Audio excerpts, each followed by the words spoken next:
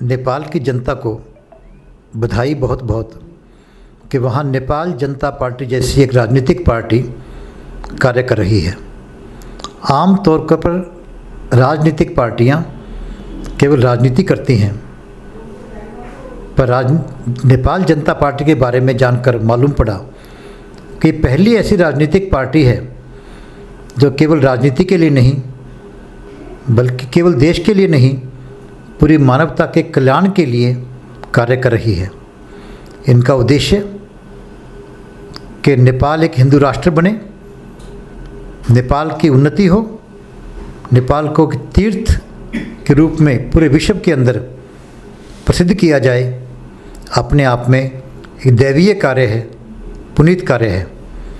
मैं इनके उज्जवल जीवन की, उज्जवल भविष्य की शुभकामनाएं करता हूं और भगवान से प्रार्थना करता हूं कि इनको अपने नेक कार्य में सफलता प्रदान करे, जिससे कि नेपाल का और नेपाल वासियों का भविष्य उज्जवल हो, सभी सुखी हों, समृद्ध हों और ये एक ऐसे नेपाल राष्ट्र का निर्माण कर सके जहाँ ना भय हो, ना भूख हो, ना भेदभाव हो, सभी समर्थ हों, सभी समृद्ध हों। जय श्री राम। नेपाल से श्री देवालय संघ के बीच में कुछ लोग आए आपके पास में, कैसा लग रहा है और उनकी विचारधारा से कितने जो है प्रभावित हैं? इनका मानना है कि देवालय संघ नेपाल में भी कुछ ऐसा रचनात्मक कार्य करे। ये बहुत अच्छी बात है। सबसे पहली बात तो कि इनका नेपाल से इस बारे में दिलचस्पी दिखाना, ये इनके अंदर कितनी कल्याण की भावना है मानवता की, ये दिखाता है। क्योंकि श्री देवालय संघ का उद्देश्य समाज में घटती हुई संस्कार और संस्कृति को पुनर्जीवित करना है और इसके साथ में समाज को शक्तिशाली बनाकर राक्षसी वृत्ति को समाप्त करना है।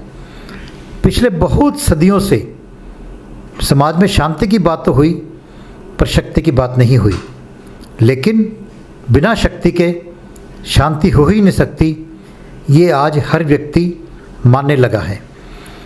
तो श्री देवालय संघ का जो उद्देश्य है कि शक्तिशाली बने और राक्षसी वृत्ति को समाप्त करें, और इसके अंदर इनका जो दिलचस्पी देखी मैंने, ये बहुत ही एक इनको धन्यवाद भी है, बधाई भी है कि ऐसे पुनीत कार्य में ये अपना सहयोग देना चाहते हैं। बहुत बहुत धन्यवाद इनका, बहुत बहुत धन्यवाद।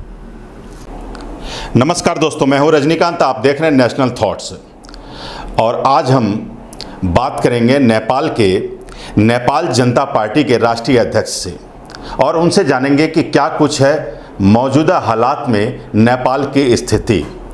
सनातन और हिंदू जीवन दर्शन की बात तो की जाती है, लेकिन अगर पूरक के रूप में देखा जाए तो एक ऐसा राष्ट्र विश्व में जो कि हिंदू धर्म और सनातन संस्कृति के लिए जाना जाता है, जो कि आदिकाल से लेकर और अब तक, यानी कि अंग्रेजी हुकूमत या मुगलों के शासन में भी कहीं नहीं डिगा।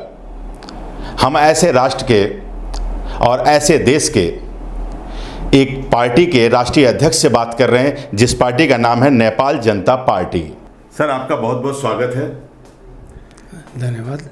हिंदू धर्म का पूरक और सनातन संस्कृति का पूरक माना जाता है नेपाल को, और यहाँ जो अभी आप आए भारत में, क्या मकसद था? रजनीकांत जी, धन्यवाद। आपने आज जो है हमको बुला करके यहाँ दो शब्द अपना रखने के लिए मौका दिया। मेरा नाम त्रिभुवननाथ पाठक, मैं नेपाल जनता पार्टी के राष्ट्रीय अध्यक्ष के रूप में अभी यहाँ कुछ मित्रों से मिलने के लिए आया हूँ। और जहाँ तक सनातन धर्म संस्कृति की बात आती है, हमारा नेपाल आज के 20 वर्ष पहले संवैधानिक रूप से संविधान में लिखा हुआ हिंदू राष्ट्र था, और कुछ कुतत्वों ने, और ख़ास करके नहीं कहना चाहिए, फिर भी जो है कहने में हिचक भी नहीं है कि यहाँ कम्युनिस्ट लोग जब से हावी हुए, वो लोग जो है इस राष्ट्र को धर्मनिरपेक्ष राष्ट्र कर दिए। हम लोगों की संस्कृति, नेपाल भारत की संस्कृति सनातन संस्कृति है, हिंदुत्व हम लोगों की जीवन शैली है।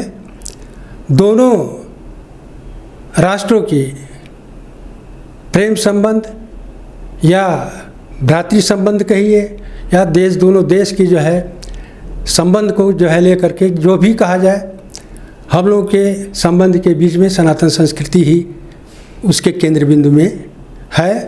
और जब तक सनातन संस्कृति का हम लोग के बीच में जो है न्यूक्लियस के रूप में काम करता रहेगा, तब तक हम लोगों के संबंध को कोई किसी भी प्रकार का जो है इसमें कमी कमजोरी लाने के लिए हम लोगों को बाध्य नहीं कर सकता है। और यह संबंध हमारे दोनों देशों को प्रगति के मार्ग में जाने के लिए हम लोगों को सदैव शताब्दियों से सहयोग होता आया है और होता रहेगा, क्योंकि हम लोगों की जब संस्कृति एक है, हम लोगों का विचार एक है, हम लोगों की सभ्यता एक है, तो एक जगह मिलने का जो है हम लोग के लिए अवस्था भी आती है और हम लोग मिलते रहेंगे। और हमारा देश ये दोनों एक राष्ट्रीय स्तर पर हिंदू का पवित्र गंतव्य स्थल होगा, इंडिया भी होगा और नेपाल भी होगा। जी, श्री देवालय संघ में आप आए, कैसा लगा आपको? देवालय संघ के विचारधारा से क्या कुछ है, आप नया कुछ समझ पाए? जी, पहले तो मैं यहाँ एक मेरे मित्र मधुरेंद्र जी हैं जो नेपाल भारत वर्ल्ड फाउंडेशन की तरफ से हमको यहाँ उन्होंने जो है आने के लिए आमंत्रित किया। और जब यहाँ आए तो वर्ल्ड डेवलपमेंट फोरम के साथ ही देवालय संघ का भी यहाँ हम लोग ऑफिस में जो है आकर के और जो है यहाँ भी लोगों से मिलने के लिए और यहाँ के कार्यविधि को जानने के लिए अवसर मिला। बहुत ही मधुर या कहिए बहुत शांतपूर्ण तरीके से यहाँ 2-4 शब्द हम लोगों को बात करने के लिए मिली यहाँ से, यहाँ के अध्यक्ष जी से, और बहुत संतुष्टि हुई। जी, वर्तमान में भी उन्हीं संबंधों को कायम बनाए रखने के लिए Nepal Bharat world development forum अग्रसर है और इसी दिशा में श्री देवालय संघ जो कि सनातन संस्कृति और संस्कार को लेकर लोगों के बीच में कार्यरत है। एक राजनीतिक सवाल अभी जो नेपाल में भी देखा जा रहा है, बेरोजगारी की बात की जा रही है, तो क्या कुछ लग रहा है अभी क्या स्थिति है वहाँ पर? वहाँ की जो मौजूदा सरकार है उसको लेकर कितने आप संतुष्ट हैं? थोड़ा सा आप और आगे आ जाइए। हाँ रजनीकांत जी, आपने बहुत सही बात कहा। जी, नेपाल की जो लैंडलॉक्ड कंट्री है ये तो सब जानते हैं, और इसमें जल स्रोत और ये वन जंगल का कृषि पर आधारित वहाँ की जो है अर्थव्यवस्था है। तो स्वाभाविक है इसमें किसी भी प्रकार का यदि हम लोगों को कमी कमजोरी होती है अथवा हम लोग अच्छे से इसका दोहन नहीं कर पाते हैं या अनाज नहीं उत्पादन कर पाते हैं, तो स्वाभाविक है हम लोगों का जो है अभाव अर्थाभाव होगा ही। और ऐसे में हमारे यहाँ विदेशों से जो थोड़ा सा और पीछे है, विदेशों से जो हम लोगों की जो है एड राशि आती है, सहयोग राशि आती है, उसमें भी यहाँ व्यापक भ्रष्टाचार होता है। सहयोग लेने के लिए भी कमीशन जो है कमीशन खोरी होती है। तो ऐसे राष्ट्र में तो स्वाभाविक है जो है भ्रष्टाचार उग्र रूप में जो है आगे बढ़ रहा है।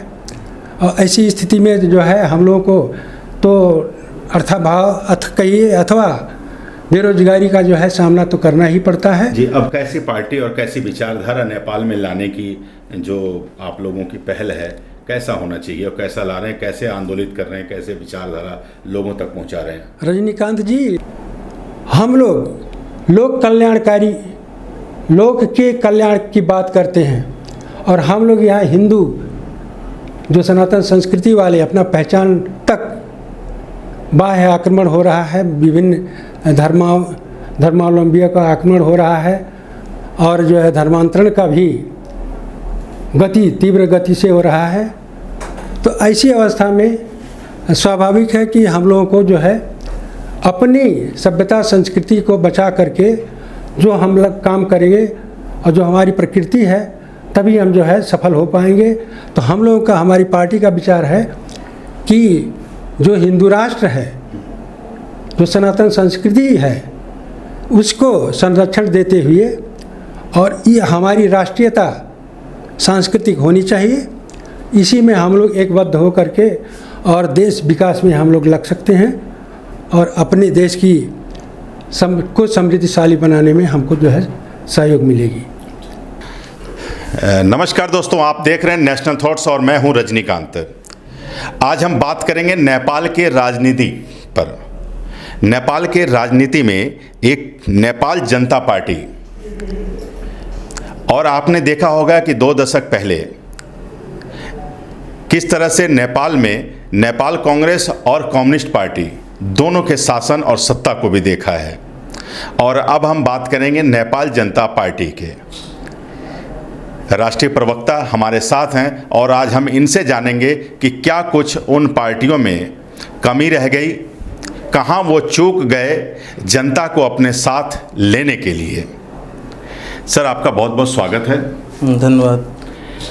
कांग्रेस और कम्युनिस्ट जी, दोनों की राशि एक है जी। दोनों पार्टियों ने नेपाल में किस तरह से शासन किया और जिसकी वजह से शासन में क्या कुछ खामियां रही जो कि जनता से वो दूर होते चले गए।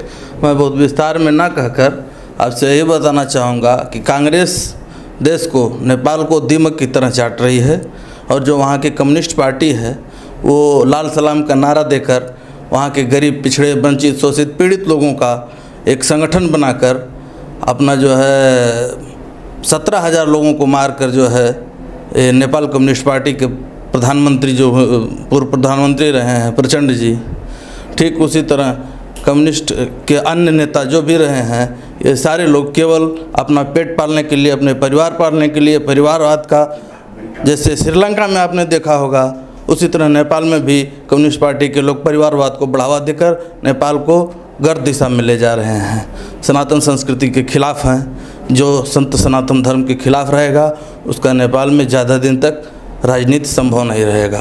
कांग्रेस भी इससे छूता नहीं रहा है।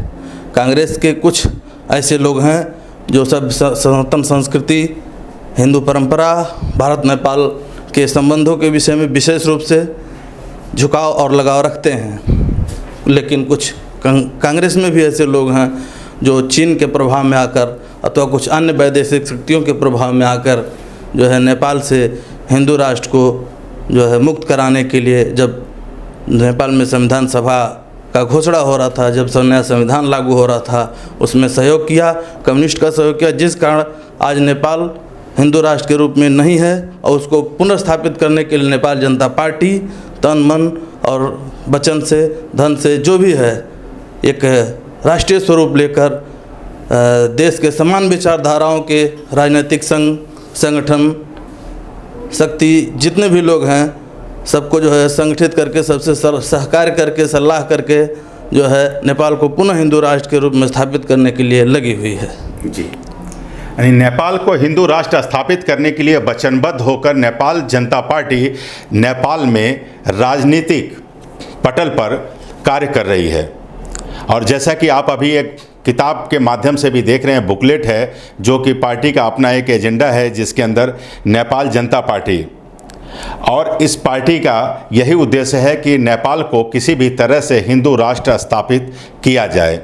जैसा कि श्री देवालय संघ दिल्ली ही नहीं बल्कि पूरे देश में संस्कृति रक्षक के रूप में एक अभियान शुरू किया है और उस अभियान के तहत नेपाल तक भी इसकी पहुंच बनती जा रही है। और आपका बहुत बहुत स्वागत है। धन्यवाद जी। अपना नाम बताएं। मेरा नाम राजेंद्र प्रसाद चौधरी हुआ जी, और मैं नेपाल से हूँ। हमारे दर्शकों और मैं इस श्री देवालय संघ की सानिध्य में मैं अभी खड़ा हूँ। और मैं एक बात बताना क्या चाहता हूँ कि नेपाल सदियों से हिंदू राष्ट्र था, लेकिन कुछ वर्षों से विभिन्न पार्टियों की गतिविधि से नेपाल को हिंदू राष्ट्र घोषणा, हिंदू राष्ट्र अभी नहीं रहा। उसमें विभिन्न पार्टियों की विभिन्न अंतर्राष्ट्रीय उसमें संक्रमण हुआ और अभी नेपाल हिंदू राष्ट्र नहीं है, लेकिन नेपाल विश्व में एक हिंदू राष्ट्र था और कुछ समय तक उनको संक्रमण काल में रहना पड़ा। लेकिन मेरा पूरा पूर्ण विश्वास है कि ये नेपाल हिंदू राष्ट्र निकट भविष्य में हिंदू राष्ट्र घोषणा होगा और विश्व में 82% हिंदू नेपाल में रहते हैं और हिंदुस्तान में करीब करीब 79% हिंदू हैं। लेकिन इंडिया में आपका नेपाल में हिंदू सनातन धर्म के लिए विभिन्न कार्यक्रम, विभिन्न तीर्थ स्थल का विकास हो रहा है। लेकिन नेपाल में मैं देख रहा हूँ कि जो आस्था की केंद्र मंदिर, मठ और देवालय सब हैं, उसमें डिक्रीजिंग हो रहा है। क्यों हो रहा है? ये सब ये हिंदू राष्ट्र अघोषित होने के कारण हो रहा है। अभी नेपाल की मंदिर, देवालय, मस्जिद के मंदिर, देवालय और मठ की स्थिति में मैं एक उदाहरण देना चाह रहा हूँ कि नेपाल में 2000 विक्रम संवत 2037 साल में विश्व हिंदू सम्मेलन हुआ था, जिसका एक उदाहरण था कि नेपाल के वीरगंज में एक लक्ष्मणवा मठ है, नरसिंह मठ है, उसमें हुआ था। उसमें की व्यवस्था हम उदाहरण के रूप में रख रहा हूँ कि भारत से जितना साधु संत नेपाल के पशुपतिनाथ मंदिर दर्शन करने जाते थे, उनका स्वागत, स्वभाव, खान पीन की व्यवस्था वो हिंदू सनातन धर्म की नाता सेवा मठ में होती थी। वहाँ पर 300 मन चावल दाल की व्यवस्था हरदम रहती थी। लेकिन अभी स्थिति हम देख रहे हैं, वहाँ कुछ दिन पहले हम वहाँ पर जाने की सौभाग्य मिला, वहाँ का क्या कहते हैं भ्रमण करने की सौभाग्य मिला। वहाँ देख रहे हैं वहाँ का स्थिति, वो मठ की जर्जर स्थिति है, वहाँ कुछ व्यवस्था नहीं है। और अभी जो शिवरात्रि के वक्त में जो यहाँ से भारत से जो हिंदू सनातनी धर्म और ये नागा लोग जाते थे पशुपतिनाथ का दर्शन करने, उन लोगों को स्वागत, भोजन और फिर उधर से लौटने के वक्त भी स्वागत और भोजन कराने के पश्चात ही विदा करते थे। लेकिन वहाँ की स्थिति अभी वैसा नहीं रहा। लेकिन मेरा पूर्ण विश्वास है कि कुछ अभी का युवा वर्ग में भी और इस राजनीतिक पार्टियों की गतिविधि से वहाँ के युवा वर्ग और जनता लोग उब गए हैं और अभी वो लोग फिर से हिंदू सनातन धर्म के जोड़ तोड़ से विकास में लगे हुए हैं और मेरा पूर्ण विश्वास है कि निकट भविष्य में हिंदू राष्ट्र घोषणा होगा। जी।